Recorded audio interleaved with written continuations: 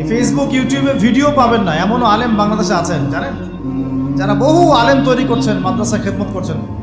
তো তাদের সামনে আমাদেরকে যখন এইভাবে টাইটেল দেন লজ্জা লাগে, বিব্রত বোধ করি।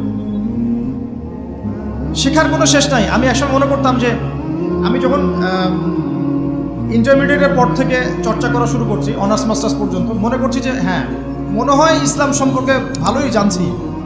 তারপর যখন কওমি আলেমদের কাছে পড়তে শুরু করলাম, বলি এগুলো ভিতরের কথা, খোলামেলা বলি, গল্প করছি আপনাদের সাথে, রাগ করছেন নাকি? তখন বুঝলাম যে বিগত 5-7 বছরে তো আমি কিছু পড়াশোনা করছি বলে মনে হচ্ছে না। যেমন একটা হাদিস শো করে বললাম যে ওস্তাদ, এই যে আল্লাহ রাসূল সাল্লাল্লাহু আলাইহি ওয়াসাল্লাম বলেছেন যে একজন মুমিন ব্যক্তি আর একজন মুমিন ব্যক্তির আয়না স্বরূপ। কি স্বরূপ? আয়না স্বরূপ। তো আমি যদি অনলাইনে কোনো ভাইয়ের ভুল ধরিয়ে দেই সমালোচনার মাধ্যমে, তাহলে কি আমি হাদিসের উপর আমল করলাম না? তখন ওস্তাদ মিটিমিটি হাসছেন, বলছেন যে তোমার তো টুকটাক অ্যারাবিক গ্রামারের বেস ভালোই, তোমার কি মনে হয়? আমি বললাম যে আমার কাছে তো এটাই মনে হচ্ছে যে আমি যদি সমালোচনা করি আমি তো আমর বিল মারুফ নাহি আনিল মুনকারের কাজই করলাম। তিনি বলছেন আসলে এই হাদিসের ব্যাখ্যা এমন নয়। কেমন ব্যাখ্যা? তুমি কি খেয়াল করো নাই? আমাকে বলছো তুমি কি খেয়াল করো নাই? তুমি যখন আয়নার সামনে গিয়ে দাঁড়াও তখন আয়না কিন্তু তোমার সাথে কথা বলে না, আয়না নীরব থাকে, স্থির থাকে, কিন্তু তোমার দোষ ত্রুটি কোথায় আয়না কিন্তু দেখিয়ে দেয়। মনে করেন, বুঝাচ্ছি, মনে করেন আপনার গাল কেটে গেছে, আপনি আয়নার সামনে দাঁড়িয়েছেন, আয়না কিন্তু আপনাকে বলে দিবে না এই যে তোমার গাল কাটা, এই ছেলে তোমার গাল কাটা, হ্যাঁ এই মেয়ে, এই ছেলে তোমার এই সমস্যা ওই সমস্যা, বলবে? চুপচাপ থাকবে, আয়না দেখিয়ে দিবে আপনার ভুলটা কোথায়। তিনি আমাকে হাদিসের ব্যাখ্যা শেখাচ্ছেন, বলছেন যে একজন মুমিন ভাই যদি কোনো ভুলের উপর থাকে, তুমি সঠিকটা আমল করে ওর সামনে দাঁড়িয়ে দেখিয়ে দিবে যেটা সঠিক। তো বুঝলাম, যতদিন যাচ্ছে আমি বুঝতে পারছি যে আসলে এই জ্ঞানের সমুদ্র যে কত গভীর, 100 বছর হায়াত দিলেও মনে হয় শেষ করতে পারবো না। প্রিয় যুবক ভাইরা, নসিহত করছি, সেটা হচ্ছে যে দিনের জ্ঞান অর্জন করতে হবে। জ্ঞান অর্জনের কোনো বিকল্প নাই। আর জ্ঞান অর্জনের জন্য শুধুমাত্র ফেসবুক ইউটিউব যথেষ্ট নয়, এগুলো কনস্ট্রাকটিভ কোনো মাধ্যম নয়, বরং ফিতনা ছড়াবে। এগুলো কিন্তু বেশিরভাগ ক্ষেত্রে ফিতনাই ছড়াচ্ছে। আপনার কাছে মনে হচ্ছে হয়তো যে অনেক কিছু লাইভ হচ্ছে, আমরা পাচ্ছি, হ্যাঁ অনলাইনের মাধ্যমে জানছি, হ্যাঁ ঠিক আছে, স্বীকার করি ভালো আছে, কিন্তু মন্দটা অনেক বেশি। এর মধ্য দিয়ে আলেমে বিভক্তি হয়ে গেছে, এর মধ্য দিয়ে একে অপরের সাথে আমাদের সম্পর্ক নষ্ট হয়ে যাচ্ছে, গীবত, তহমত, সমালোচনা, কাদা ছোড়াছড়ি সংস্কৃতি বাড়ছে, ঐক্য বিনষ্ট হচ্ছে, অনেক সমস্যা হচ্ছে। আর এগুলো কনস্ট্রাকটিভ সিলেবাস নয়। সিলেবাস আপনাকে ওলামায়ে কেরামের কাছে এসে জানতে হবে। আমি বলছি 1 নাম্বার কোরআন থাকবে, আপনাদের জেনারেলদের জন্য বলছি, কারণ আপনাদের জন্য এটা এত সহজ হবে না। মাদ্রাসা যারা পড়া শুরু করেছেন ছোটবেলা থেকে তাদের জন্য সহজ, আপনাদের জন্য এত সহজ নয়। সিলেবাসগুলো জেনে রাখেন। কোরআন পড়তে হবে আগে, পবিত্র কোরআনের বিশুদ্ধ তেলাওয়াত শিখতেই হবে, এবং প্রত্যেক দিন চেষ্টা করবেন 1 পৃষ্ঠা 2 পৃষ্ঠা, আধা পারা 1 পারা করে তেলাওয়াত করার জন্য। তেলাওয়াতের কোনো বিকল্প নাই, প্রত্যেক হরফে 10 নেকি পাবেন ইনশাআল্লাহ। এরপরে এর ভাষা আছে, কোরআনিক গ্রামার আছে, নাহু সরফ। আর এই বইগুলো আপনি একা পড়তে পারবেন না। এই বইগুলো পড়তে হলে ওস্তাদ লাগবেই। এক একটা বই 2 বছর করে পড়তে হইতে পারে, পড়তে হবে। যদি আপনি কোরআন জানতে চান, বুঝতে চান, পড়তে হবেই।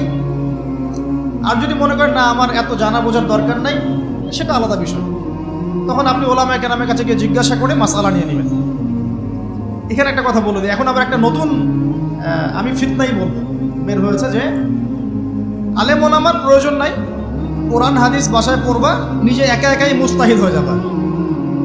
অনেক দিনই ভাইকে দেখছি আমি, যুবক, ইয়াং, তার আগে বিপদগামী ছিলেন, হেদায়েত হয়ে ইসলামের দিকে এসেছেন, এখন প্রথমেই সহিহ বুখারী টান দিয়ে পড়াশোনা করেন। কে বললো আপনাকে প্রথমে সহিহ বুখারী পড়তে? আপনি কি এক লাভ দিয়ে এই মেডিকেল সায়েন্সের বই পড়তে যাবেন? এত কঠিন কঠিন বই আগে কেন? এই বইগুলো পড়তে ওলামায়ে কেরামে 15-20 বছর সময় লাগে। 15-20 বছর সময়, 15 বছর বেশি বলে ফেলছে না, আমাদের মতো হলে 20 বছর লাগে। কঠিন বই আগে না, আগে সহজ বইগুলো পড়তে হতো। তো ভাবখানা তখন দেখা যায় এমন, কয়েকটা হাদিসের কিতাব পড়ে কোরআনের কিছু অনুবাদ করে আলেম ওলামার আর দরকার নাই, কোনো মাযহাবেরও দরকার নাই, আমি নিজে একাই মুস্তাহিদ। এটা একটা ফিতনা চলছে। তো আমি বুঝাচ্ছি আপনাকে, একটা মাসআলা ধরেন আপনার সামনে আসলো, মনে করেন ওই যে আমি পেপার মানি নিয়ে কথা বলেছিলাম না, কাগজের টাকা, এরপর আসছে ক্রিপ্টোকারেন্সি। কি আসছে? নাম শোনেন নাই? ইলেকট্রনিক মানি তো চলে আসছে, যে ইলেকট্রনিক মানি দিয়ে আপনারা লেনদেন করছেন না, এরপরে আসবে ক্রিপ্টোকারেন্সি। ক্রিপ্টোকারেন্সি মানে বিটকয়েন। এগুলো ভবিষ্যৎবাণী না, কিন্তু কিছু মানুষ মনে করে এগুলো ভবিষ্যৎবাণী। এগুলো ভবিষ্যৎবাণী না, এগুলো বর্তমান। অলরেডি পৃথিবীর কিছু কিছু দেশে চলে আসছে, হয়তোবা এদেশেও অচিরে আসবে। তো মনে করেন এখন আপনি একজন সাধারণ মানুষ, ক্রিপ্টোকারেন্সি কি জিনিস আপনি বোঝেন না। এখন আপনি একজন আলেমের কাছে আসলেন, এসে বললেন যে হুজুর ক্রিপ্টোকারেন্সি কি জিনিস আমি বুঝি না, এটা হালাল না হারাম, জায়েজ না জায়েজ, কতটুকু রাখা যাবে রাখা যাবে না, মাসআলা দেন। এখন আমি যদি আপনাকে বলি এই যে ভাই নেন কোরআন, এই যে তাফসীর ইবনে কাসির নেন, জালালাইন নেন, মারিফুল কোরআন নেন, এই যে বুখারী, মুসলিম, তিরমিজি, আবু দাউদ, নাসাই, সবগুলো নেন, বাসায় গিয়ে পড়াশোনা করে মাসআলা বের করেন, পারবেন? সম্ভব? সম্ভব কি? কে পারবে? যিনি মুস্তাহিদ। আর একটা সমাজের মধ্যে মুস্তাহিদ মানুষের সংখ্যা কতজন থাকে? অল্প কিছু। বেশিরভাগ মানুষই তো অন্ধ অনুকরণ তাকলিদ করতে হবে তাকে। তখন এই যে আপনি আমার কাছ থেকে মাসআলাটা জানলেন, এই মাসআলা জেনে নেওয়াটা কি আপনার জন্য উচিত না অনুচিত? আপনার এই মাসআলা জেনে নেওয়াটা কি উচিত না অনুচিত? এই মাসআলা আমার কাছে বা আলেমের কাছে না জানলে কিভাবে শিখবেন আপনি? শেখার জন্য আপনাকে আসতে হবে না? এটাই মাযহাব, এটাই মাযহাব। এখানে বিভ্রান্তির কোনো সুযোগ নাই যে আমি এগুলা মানি না, আমি খালি বইপত্র একা একা পড়বো, আলেম হয়ে যাবে, সম্ভব না। যখন আমরা কলেজে পড়তাম অনেক মনে হতো যে হয়তো বা সম্ভব, যখন পড়া শুরু করেছি তখন দেখছি যে না, এই সমুদ্রে ডুব দেওয়া কেবল শুরু, এর তলানে খুঁজে বের করতে 100 বছর লাগবে মনে হয়। আল্লাহ ভালো জানেন। আল্লাহু আকবার। দিনের জ্ঞান তো বেশি। আলী রাদিয়াল্লাহু আনহু একটা কথা বলে দেই, দিয়ে সামনে যাচ্ছি। আলী রাদিয়াল্লাহু আনহু শেষ বয়সে বলছেন, তাকে প্রশ্ন করা হচ্ছে যে আপনার কি কোনো দুঃখ আছে জীবনে? আলী রাদিয়াল্লাহু আনহু বলছেন যে আমি শুরু থেকে নবী সাল্লাল্লাহু আলাইহি ওয়াসাল্লামের পাশে ছিলাম, আমার দুঃখ নাই, তবে একটা মনের কষ্ট। কি? আমি যে জ্ঞানগুলো শিখেছি নবীর কাছ থেকে সাল্লাল্লাহু আলাইহি ওয়াসাল্লাম, সেই জ্ঞান বিতরণ করার জন্য কোনো পাত্র খুঁজে পেলাম না। কি গভীর কথা! যে জ্ঞান শিখেছি এটা বিতরণ করার পাত্রই খুঁজে পেলাম না। তাহলে পাত্র, আমরা তো পাত্র, জ্ঞান বিতরণ করবেন উলামায়ে কেরাম। পাত্র আমরা যদি পরিষ্কার না হয় জ্ঞান কিভাবে পাবেন? সম্ভব? সম্ভব না। আরেকটা বিষয় বলে দেই, যখন আপনি জ্ঞানের চর্চায় মাঠে নামবেন, আল্লাহ পাক আপনার সম্মানার্থে ফেরেশতার পাখা আপনার পায়ের নিচে বিছিয়ে দিবে ইনশাআল্লাহ। আর যখন আপনি জ্ঞান চর্চা করে আলেম হবেন ইনশাআল্লাহ তাআলা, আপনার জন্যে আসমান জমিনের সমস্ত মাখলুক, এমনকি সমুদ্রের নিচের মাছ, গর্তের ভিতরের পিপিলিকা, সবাই আল্লাহর কাছে আপনার জন্য ইস্তেগফার করবে ইনশাআল্লাহ। একটা হাদিসে নবীজি বলেছেন যে আকাশের চাঁদটাকে তোমরা যেমন দেখো উজ্জ্বল অন্য নক্ষত্রগুলোর তুলনায়, ঠিক তেমনি সাধারণ মানুষের উপরে একজন আলেমের মর্যাদা এমন।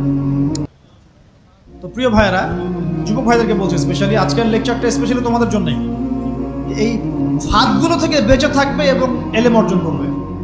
এলেম অর্জনের কোনো বিকল্প নাই, এবং এলেম অর্জনের জন্য সিলেবাস লাগবে। আর অনেক বইপত্র একা একা পড়তে পারবে না, আলেম ওলামাদের সংস্পর্শ লাগবেই, অন্যথায় পারবে না।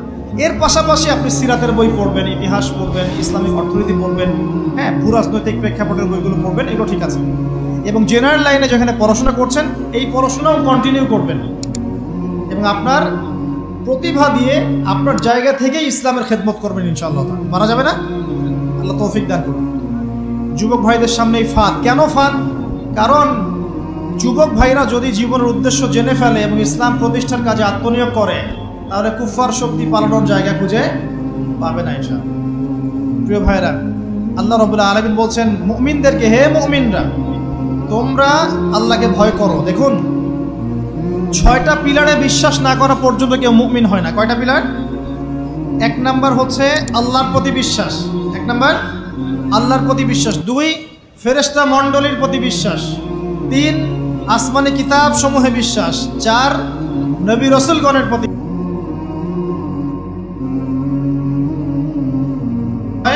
তাকদীরের ভালো মন্দের প্রতি বিশ্বাস। এই 6টা পিলারকে মনে বিশ্বাস করতে হয়, মুখে স্বীকৃতি দেওয়া লাগে এবং কাজেও বাস্তবায়ন করতে হয়, তারপর আপনি মুমিন হবেন ইনশাআল্লাহ।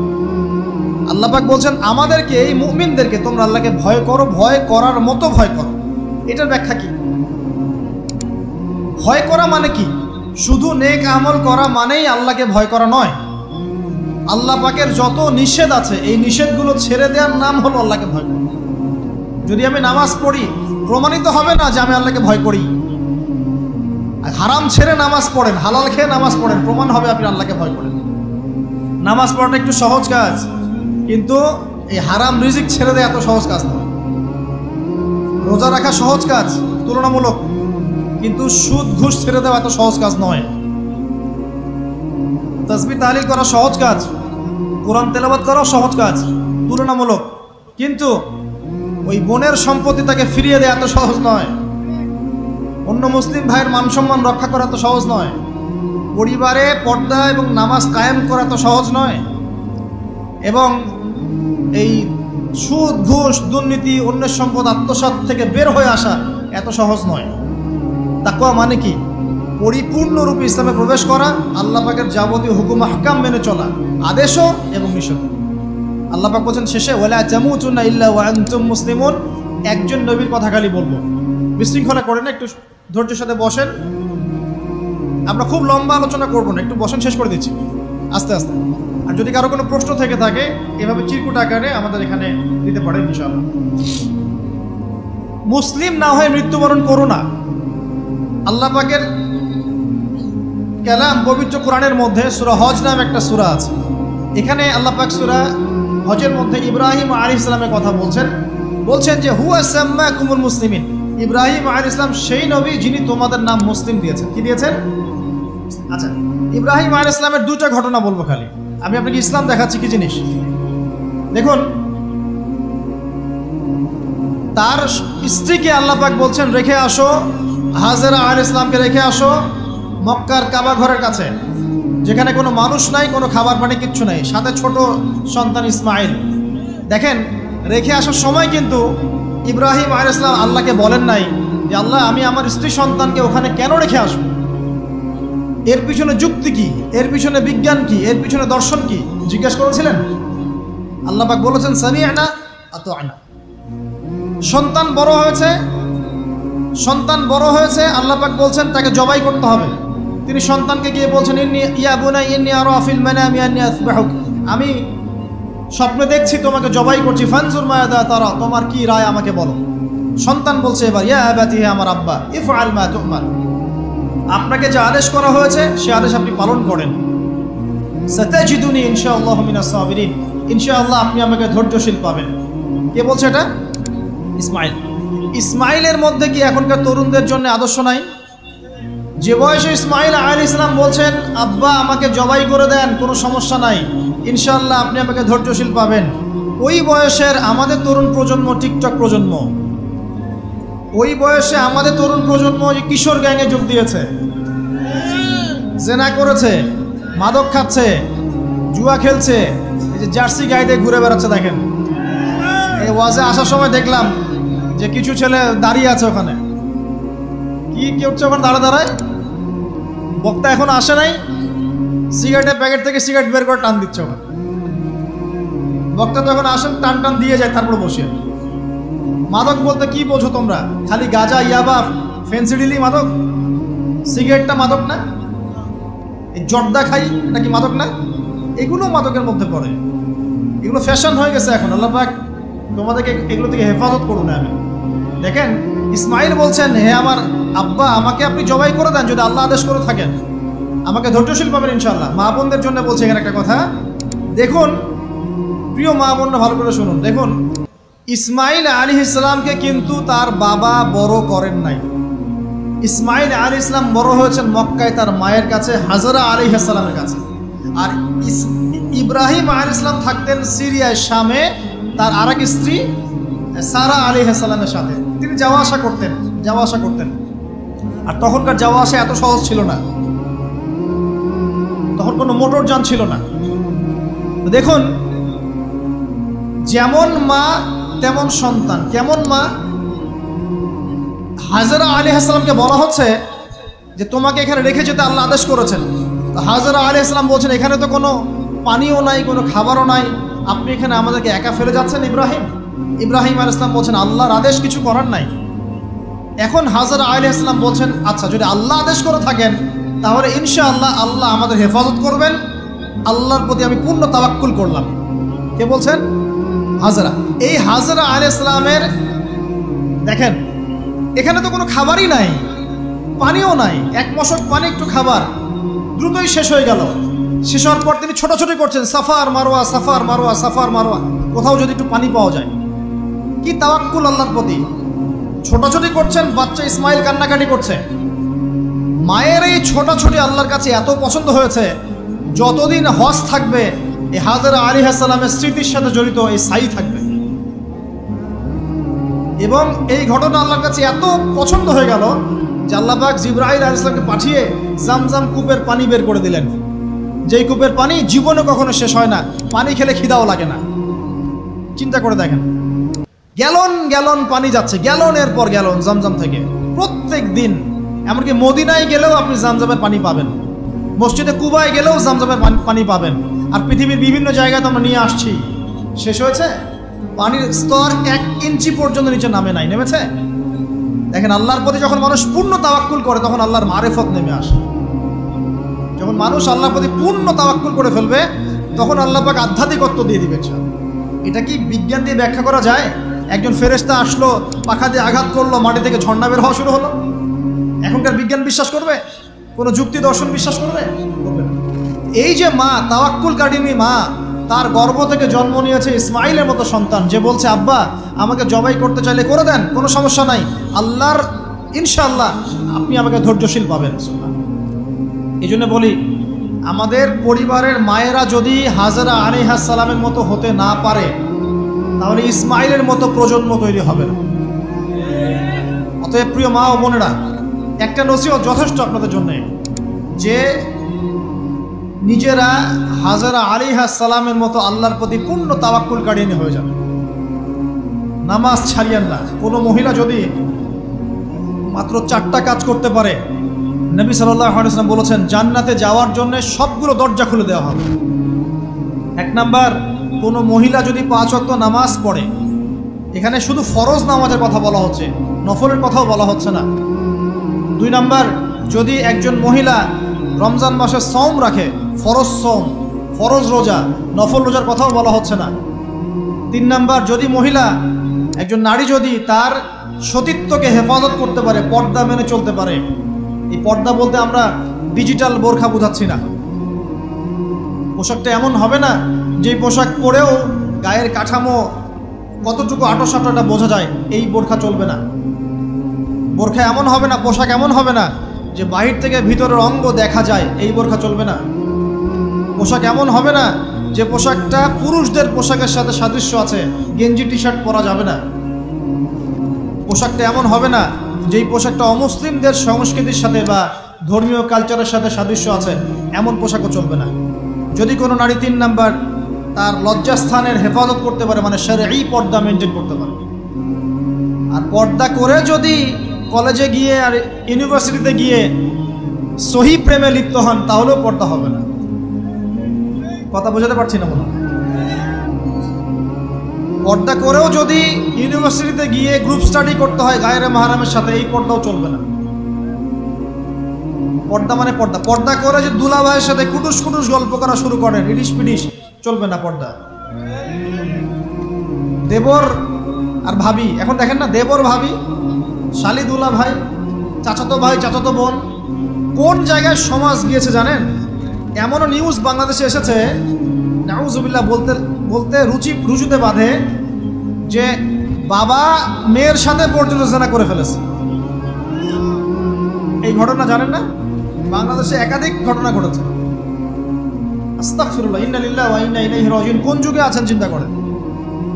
কেউ কারো থেকে বাদ না, শিক্ষকের সাথে ছাত্রী, ছাত্রর সাথে শিক্ষিকা, বসের বস আর কলিগ, মহিলা কলিগ বস, মহিলা বস, পুরুষ কর্মচারী, হ্যাঁ অমুক কর্মকর্তা তমুক কর্মকর্তা।